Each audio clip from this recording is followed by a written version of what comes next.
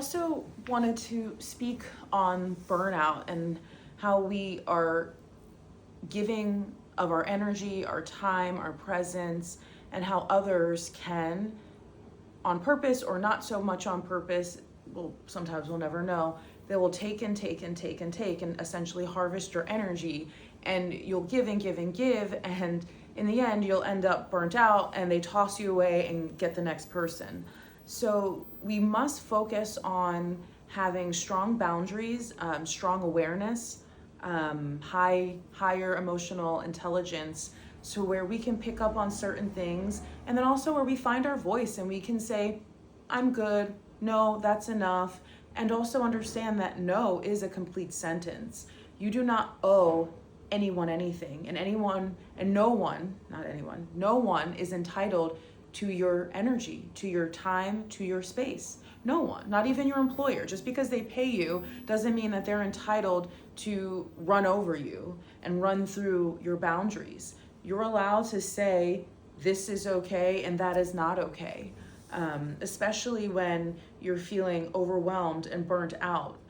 All of these things, of which, in my opinion, can cause health issues, right? Inflammation, stress, cortisol, all those things can manifest into other things. Physically, autoimmune issues, cancer, all of it. So we must be mindful and careful of how much we allow and how much we endure from others, which means we need to be aware if we're people pleasers. We need to be aware if we're putting way too much emphasis and giving others, way too much power over our decisions and our lives.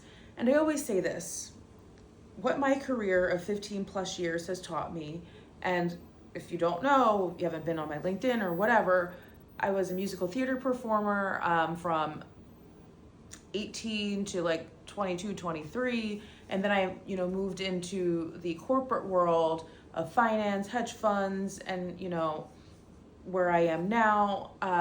So the most interesting thing that I've learned is that you can be amazing at your job and still get fired. You can get fired because the company can no longer afford to exist. So they shut down, you get laid off. You can be fired because you refuse to submit to abusive and toxic situations. So they find a way to, get rid of you. You can decide you don't want to leave. There's a million different approaches and ways that this can happen. But what I've learned in every single situation, either by what has happened to me or by witnessing what has happened to others, is you will always get another job and you will almost always end up better off. And even if sometimes you make less money than what you did previously, you'll be better off because you're no longer in a toxic work environment. You're no longer enduring, horrible, unacceptable behaviors and pressures because they feel entitled to treat you a certain way, right?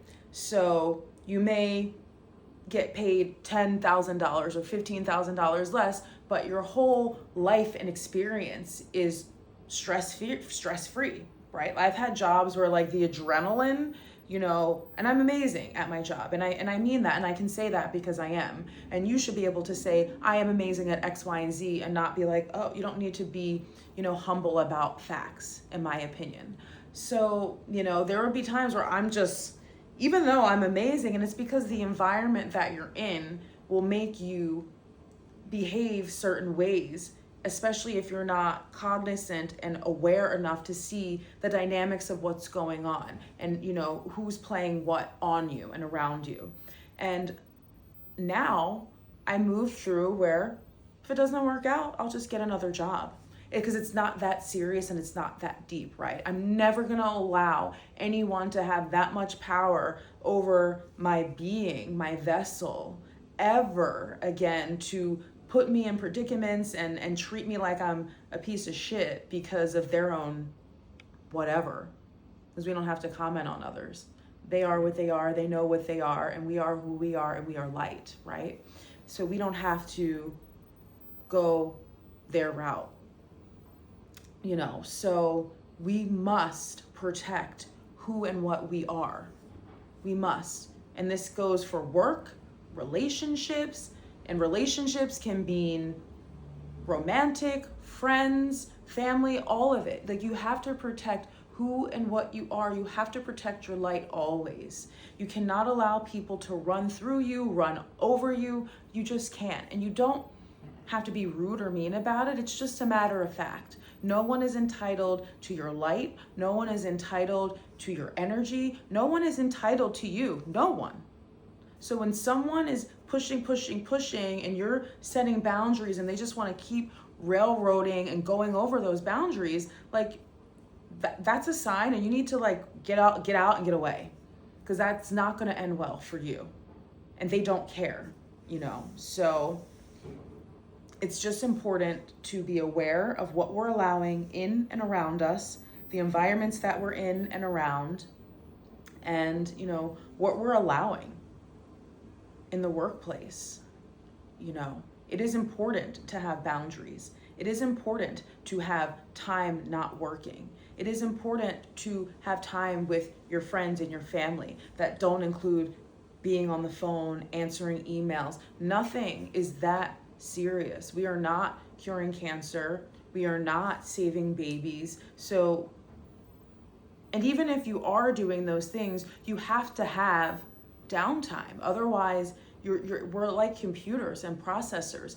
We have to have downtime. Otherwise, you're just going to burn out, and burnout is real, and it's very hard to come back from, especially if you're not aware and awake enough to do the work to climb out of it.